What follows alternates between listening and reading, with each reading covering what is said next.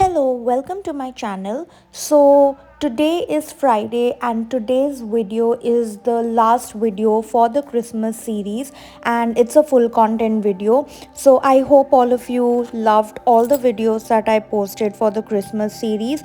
Let me know if you want the elements of Christmas in a full form video and I can just combine all the shooting that I've done and post a full tutorial for you people.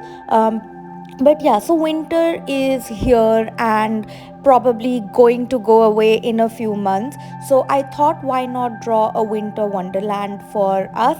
And this one is a very simple drawing. I drew it at like 12:30 a.m. in the night, and very simple, very quick to make. And you can use this as a winter card. You can use it for hanging in your house, for gifting somebody. This is a very small or short painting and doesn't take too long. You can always add many more details to it if you want. So I have drawn rough pencil linings because I wanted to keep a gradient effect, and I also wanted to show that there is snow and it looks very, snowy and magical in this place. So I've drawn the gradients or the land filled with snow, and then small kind of triangular shapes for the house.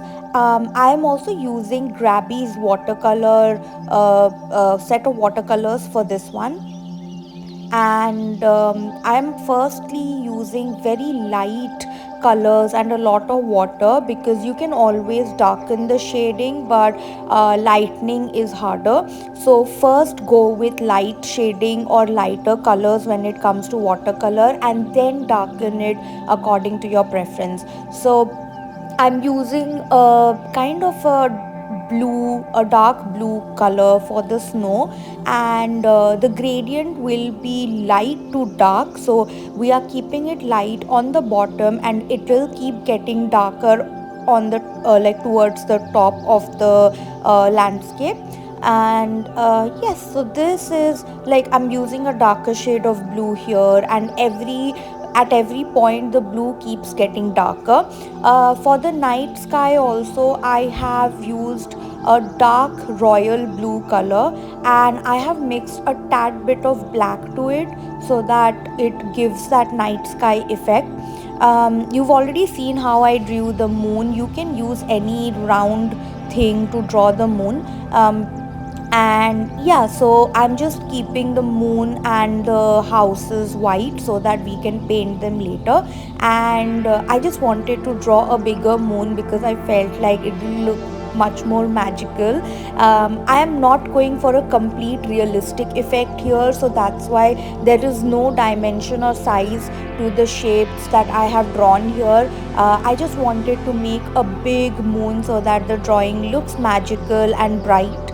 So that's the intention behind keeping the moon big, because I know many people will feel that the size of moon is much bigger than it should be, but honestly there's no specific reason why I've done that. I just wanted to make it look bright and magical.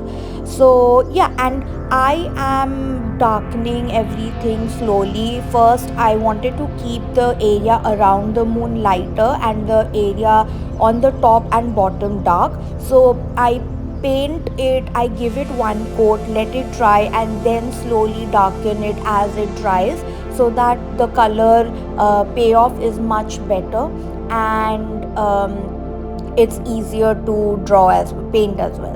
And then I am coloring the houses. I'm coloring them with light orange first, and then I will do the finishing with red or any darker shade will do. You can also use brown, or you can also use any color you feel that will look good on the house. I just felt that orange would look pretty. And then I am using black to draw some what are these called, pine trees, Christmas trees, and I'm keeping a little bit of gap in between every layer so that it gives that snow effect. Not too much, but yeah, you can keep a little bit of gap, and then I'm just filling that all around in every layer. The ones at the back, I wanted them to look pretty heavy and full, so that they give like a, like like the forest from far effect. So I just wanted to put a lot of trees, but not too many. And also wanted to fill in the blank space, because there are not too many things in this drawing, so that's why.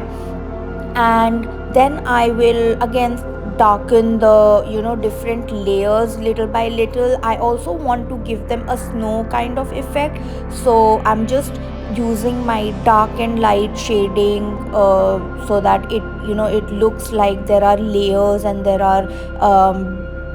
is volume and depth to the art and the painting. So that's what is happening here. Just darkening every layer as per my preference. You can do this step when you are painting, or probably after you finish painting all the basic elements in your drawing, so that you get a better idea towards the end of what you want to add or what you don't want to keep, and you can edit and make changes accordingly. I personally always do a light shade or a light layer of painting first, and then I darken or lighten things accordingly. Usually lightening, like I said before, is a bit harder, but darkening the painting is obviously a little easier, so I always use lighter shade and then darken them later. And here I am using red to fill add details to the small houses here. You can use brown, black, gray, whatever, any darker color than the original color, just so that it gives a little more detail to the drawing.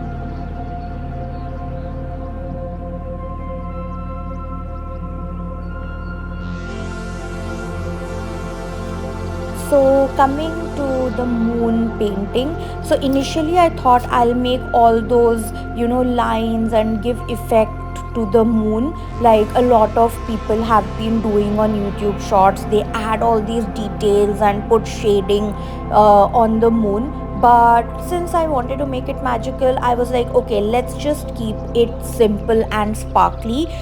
You probably cannot see it, but I'm using a metallic off white color for the moon.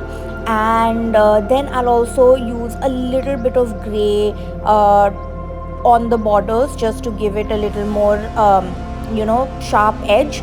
I'm trying to show the reflection, but the camera didn't catch it very well. But I'm just using some metallic color here. So you can use silver if you want. Silver is going to look beautiful. Or if you have the grabby watercolor, there is a metallic beige color or off-white color in there. So you can try to use that. That will look really pretty. And now I'm just sharpening the edges with a little more dark blue and evening out, so that there are no harsh or rough lines, and everything looks very smooth and natural, like the night sky.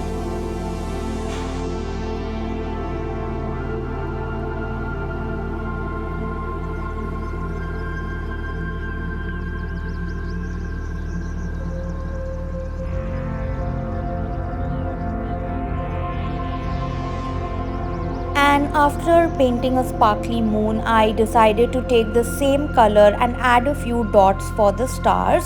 Looks really pretty. I also used a silver pen to add some sparkle on the top. And this is how the final art looks like. Don't forget to subscribe, tag me if you recreate it, and I'll see you all next time.